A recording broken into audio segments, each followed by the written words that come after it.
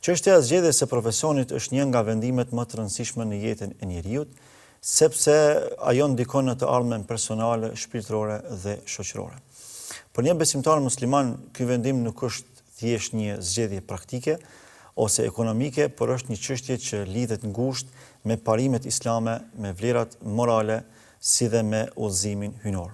Andaj feja jonë e bukur, e cila realisht ka një sistem gjithëpërfshirës të normave, ligjeve dhe edukimeve, i kushton në rëndësi jashtëzakonisht të madhe çështjes së përzgjedhjes së profesionit.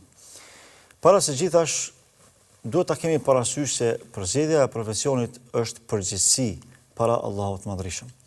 Allahu në Kur'an thot: "Kullu nafsin bima kasabat rahina." Çdo shpirt është përgjegjës për atë që bën. Pra përgjegjës për çdo vepër që ai dëshiron apo përzgjedhet që të veprojë.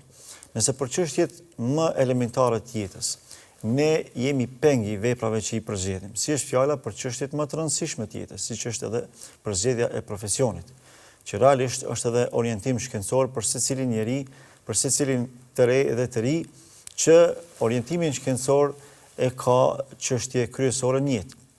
Nga se profilizimi profesional është njëherët edhe një lloj identifikimi i karaktereve tona. Pra mënyra se si ne jemi ndërtuar shkencërisht tregon se kush jemi dhe se çfarë synojmë realisht.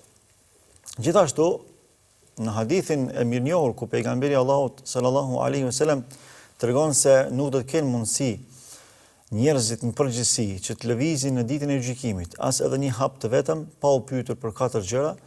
Çështja e dytë me radhë që përmendet nga ana e gojës së tij fisnike është ajo e përzgjedhjes së diturisë dhe njëherët edhe e punës me të.